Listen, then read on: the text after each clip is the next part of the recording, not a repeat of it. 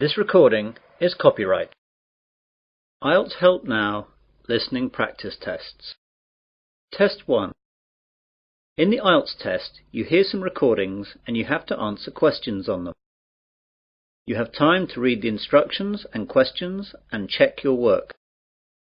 All recordings are played only once. Now turn to Section 1.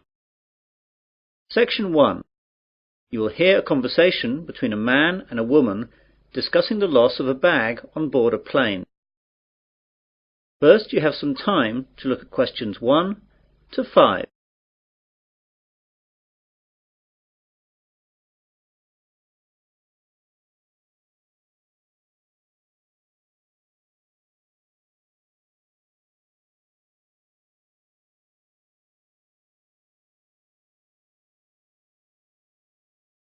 You will see that there is an example. This time only, the conversation relating to this will be played first.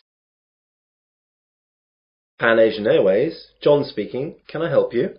Yes, please. I left something on one of your planes last night.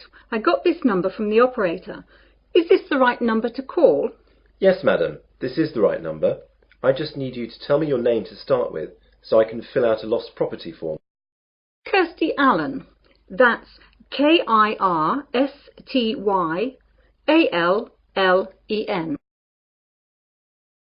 So, Kirsty is the correct answer. Now we begin. You should answer the questions as you listen, as the recording is not played twice. Listen carefully to the conversation and answer questions 1 to 5. Pan Asian Airways, John speaking. Can I help you? Yes, please. I left something on one of your planes last night. I got this number from the operator. Is this the right number to call? Yes, madam. This is the right number. I just need you to tell me your name to start with, so I can fill out a lost property form. Kirsty Allen. That's Kirstyallen. Right, I've got that. Now, what happened last night? Well, I was on a flight last night from New York to London that landed at 12:30 a.m. We were delayed a while in New York, so that when we eventually landed, I was so tired that I accidentally left my handbag on the plane. Did you report this to anyone last night? No, I'm afraid not. I didn't notice until I got home, and then it was really too late to phone. Very well, madam. Let me take a few details for this form, and I'll see what I can do. OK, so the name was Kirsty Allen. And what's the address, please? 48 Wyndham Road, Richmond. The postcode? R16GH7. Good, I've got that. Now, your telephone number? Well, my home number is 020-8927-7651. And my mobile is 07754-897-432. I'm sorry, I didn't catch the second one. What was the mobile again? 07754-897-432. Thanks. Now, do you know the flight number of the plane you were on last night? Oh yes, hang on a second. I've got my boarding pass stub right here. The flight number was PA356. No, I'm sorry, PA365. That's it, 365. And does the boarding card stub say what seat you had? Oh yes, it was E6. And you said that it was New York to London Heathrow. Is that right? Yes, that's right. Before the conversation continues, you have some time to look at questions 6 to 10.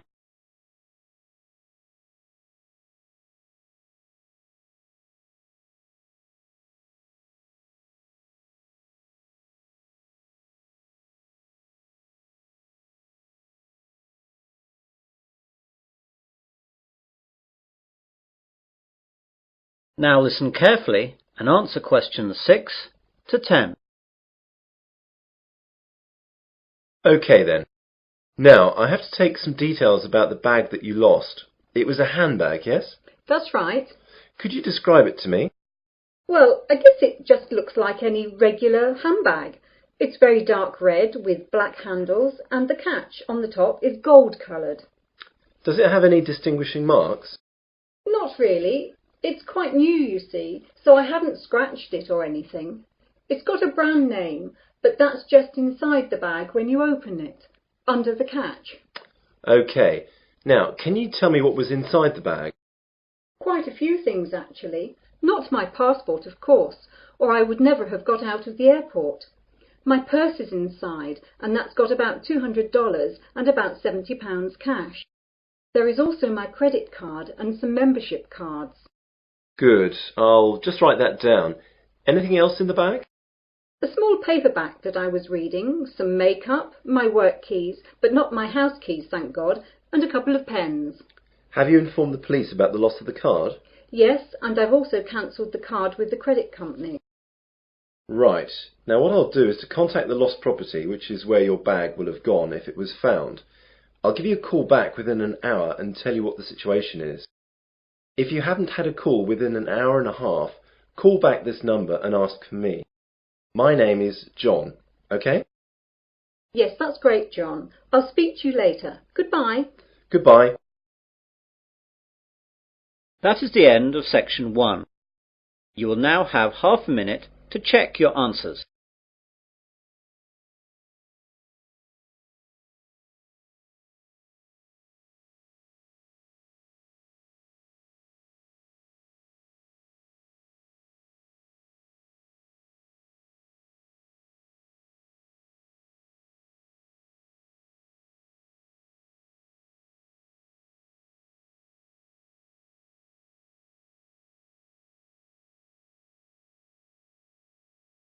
Now turn to section 2. Section 2. You will hear a man giving a welcome speech to new students at the University of Westley. First, you have some time to look at questions 11 to 14.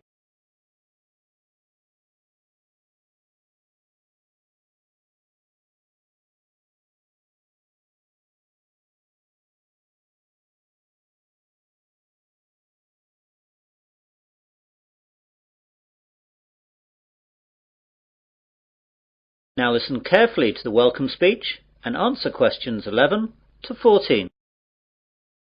Hello and good afternoon. My name is John Walker and I'd like to welcome you new students to the University of Westley. What I'm going to do today is just explain to you some of the facilities that you'll find here on our main campus and where you'll find them. If you look at the map on the overhead projector, let me talk you through some of the locations before describing some of them in more detail. Well, at present we're in the university's main lecture hall. If you go out of the main front entrance, then you will see opposite across the car park the entrance for the focal point of a lot of university life for most students.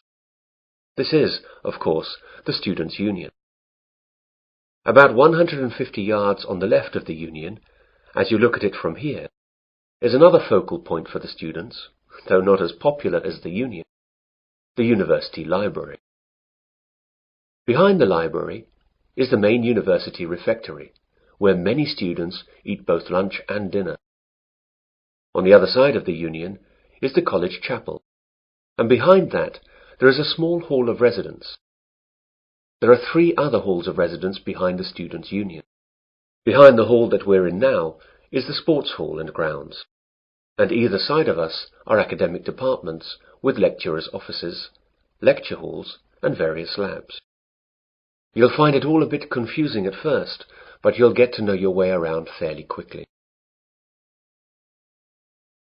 You now have some time to look at questions 15 to 20.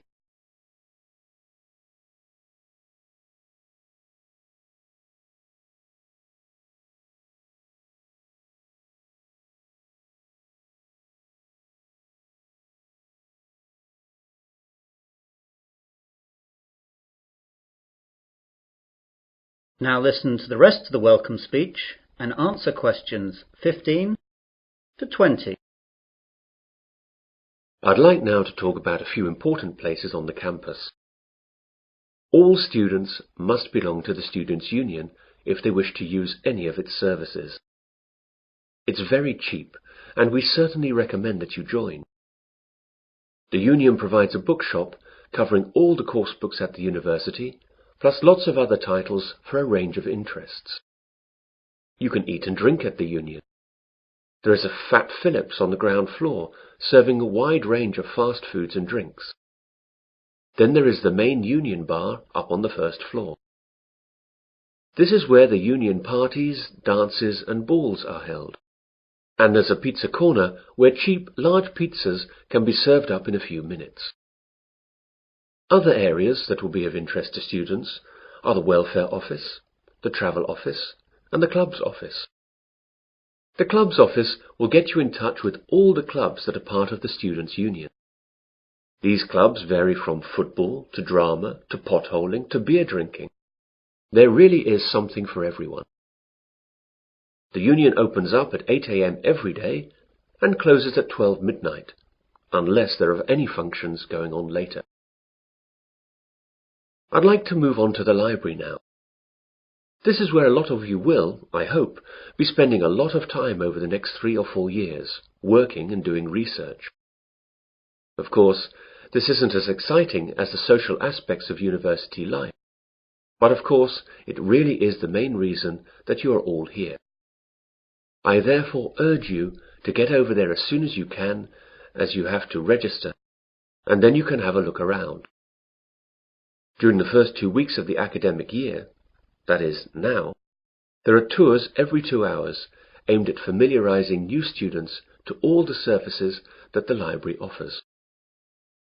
The library is open from 9 a.m. to 9 p.m., though it stays open later during final exams. As I said earlier, the refectory is behind the library. The refectory offers a range of cheap meals at lunchtimes and in the evenings. It's open from 12 noon to 3 p.m. for lunch, and from 6 p.m. to 8:30 p.m. for dinner. They try to offer a variety of food, from favourites to healthy options to ethnic foods, and there's always a choice for vegetarians and vegans. The University Sports Hall is one of the most used buildings at the university. To use the hall or the grounds, you must be a member of the Athletic Union, which is part of the Students' Union. Again, this costs very little and will allow you to use all university sports facilities, represent university teams, and it fully insures you during your membership of the Athletic Union. This is really excellent value. For departments and academic facilities, there isn't enough time to go through all of them, but your respective departments should furnish you with maps and information that will satisfy your needs. For all services offered at the university, I recommend that you purchase a Discount Plus card. This card costs £50 and lasts for the academic year. It will then give you discounts on all services at the university. For instance, a £4 meal at the refectory would be reduced to £2.50. It will also give you free usage of the late-night minibus that the university runs to places off campus, which normally costs £1. You can see that it wouldn't take very long to make it worthwhile. The cards can be bought at the Students' Union. Well, that's what I have to say for the moment. Now, are there any questions? That is the end of section 2. You will now have half a minute to check your answers.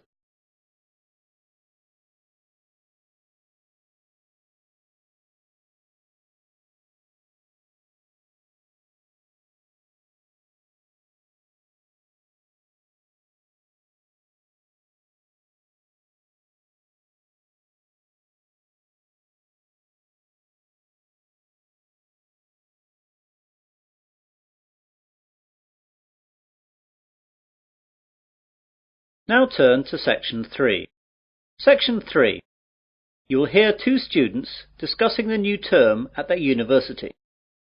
First, you have some time to look at questions 21 to 25.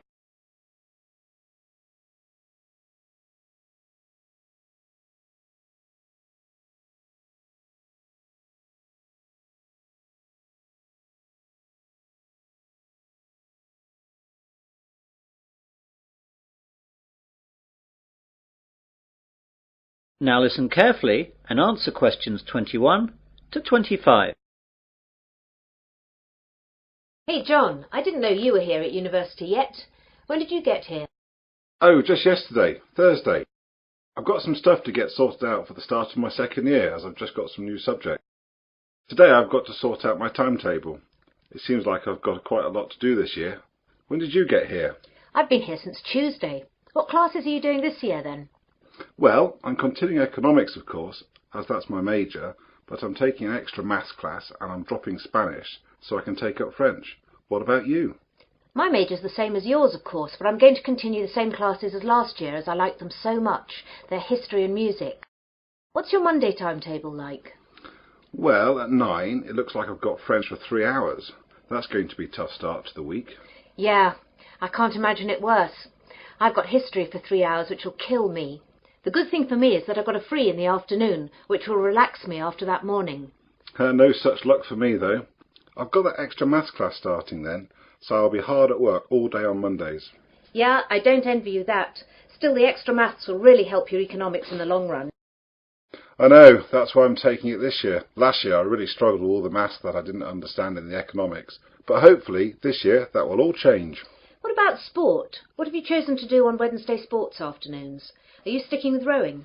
I'd love to, but the rowing club storeroom got broken into and the boats were damaged, so it's not possible till the club can get enough money to repair or replace the boats. They're really expensive, so that'll take quite a long time. So as I can't do that, I'm going to try out squash. What about you? I'm going to do the same as last year. Volleyball. That's good. It's in the main sports hall like the squash. I'll be able to see you a lot this year. Yeah, it looks like that. You can help me with the maths that I don't understand. Ha! Maybe. For a small fee, of course. You now have some time to look at questions 26 to 30.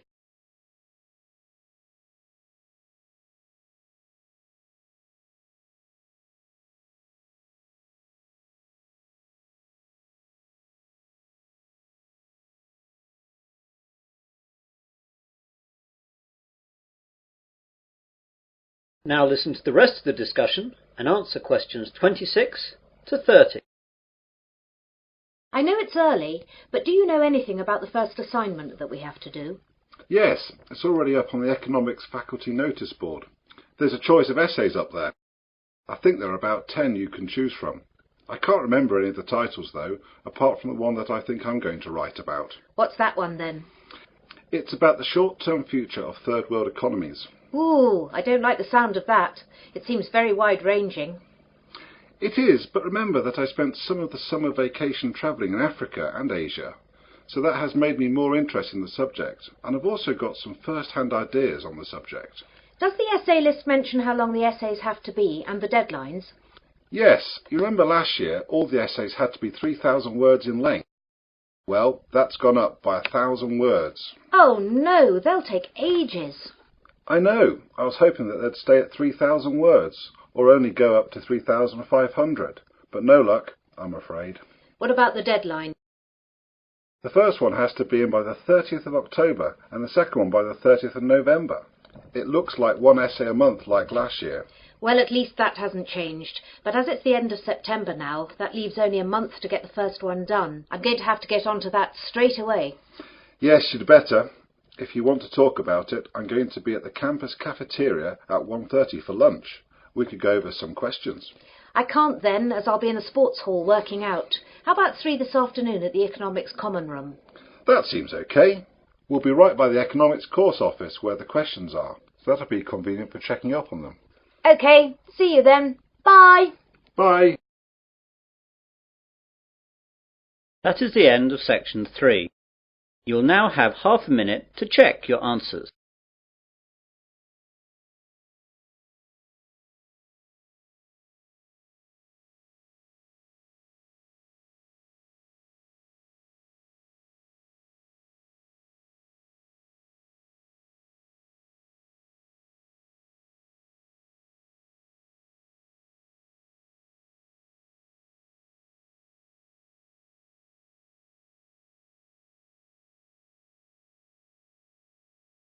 Now turn to section 4.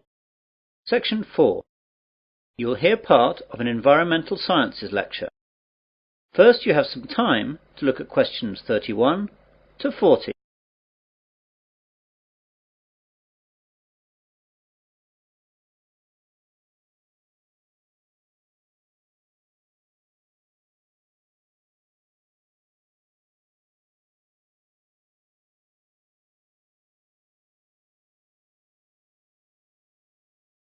Now listen carefully and answer questions 31 to 40. Good morning, everyone. My name is Professor Wilson, and I'm lecturing you today as part of your Environmental Sciences course. Part of this course is concerned with pollution issues in our world today, and part of this lecture will look at some of the ways that the oil industry has developed to deal with oil spills around the world. Oil tankers are the largest ships to sail in the ocean. For countries such as Japan that have no oil deposits of their own, tankers are the only way that oil needed to power their economies can be moved. They are designed to hold millions of barrels of crude or refined oil in reasonable safety and without damage to the environment. When oil is released from these ships, the oil spreads out over the surface of the water in a large slick. These oil slicks can cover hundreds of miles, and they cause huge environmental damage. Oil is released for varying reasons. Accidents while loading and unloading and deliberate spills account for many slicks today, but it is ships hitting other ships or rocks which is the major cause of slicks. Because oil slicks are so damaging to the environment, numerous ways of containing them and cleaning them up have been developed. In previous years, slick cleaners would sometimes try to set fire to the slicks and burn them off, but that is rarely done nowadays because, surprisingly, nearly all oil slicks consist of compounds that aren't flammable. Combustibility comes after refining. The 4 ways of cleaning up oil spills that we look at today are as follows: the containment boom, chemical detergents, the sponge, bacteria. The containment boom is the most common method of cleaning up after an oil spill. Barriers are erected in the water and the oil is then sucked up. Basically, a containment boom is just a large float that surrounds and contains the slick. This method is cheap and straightforward, however only functions in very calm seas. Another method to clean slicks is to spray detergent solution from airplanes or boats directly onto the spill. Depending on the detergent, 2 things can happen. One possible result is that the oil can break up into clumps, which sink to the bottom of the ocean. Although these clumps are themselves hazardous, the problems caused by the clumps are much easier to deal with than the problems caused by oil slicks.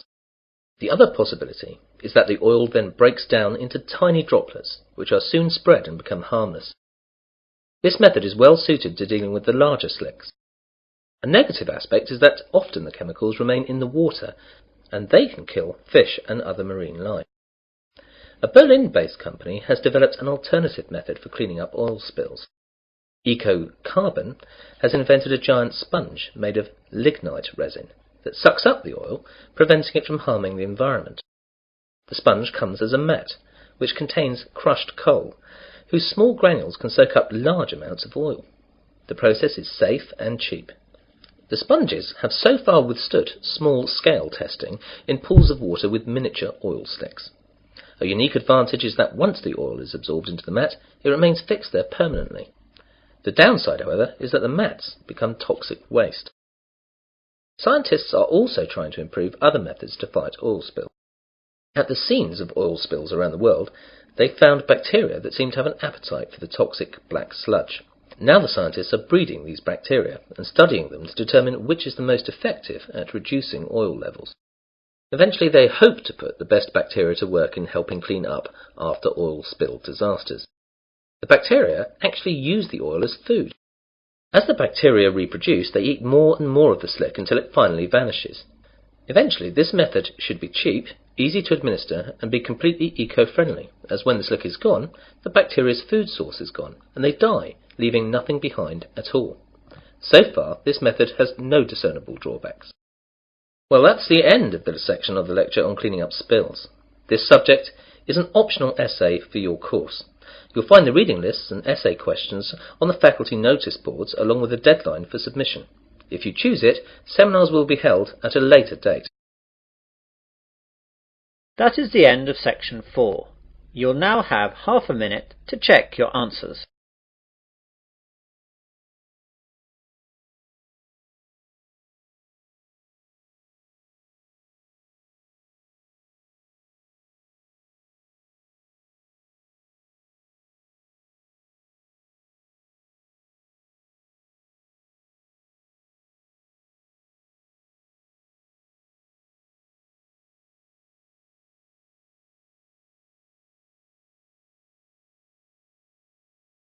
That is the end of listening test 1. In the IELTS test, you would now have 10 minutes to transfer your answers to the listening answer sheet.